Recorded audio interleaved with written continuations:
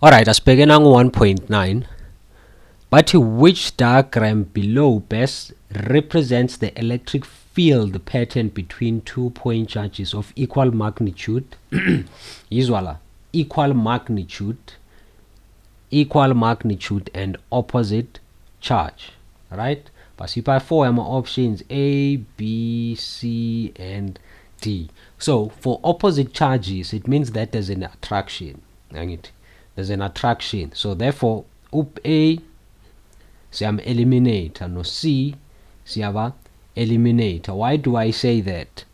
Ama opposite charges, electric field lines, they must be connected. So A no C siyaba eliminator ngoba lama electric field lines, they are not connected. So sisele nobani, no B no D, right? But we know that a positive charge must give, or ama electric field lines are moving away from a positive charge.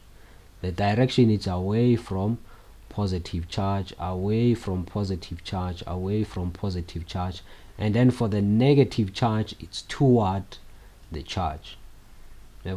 It's toward the charge. This is the direction of our electric field lines. Nangibheka u-B, uyabona nangu negative charge lo, but the electric field lines are moving away, which is not true.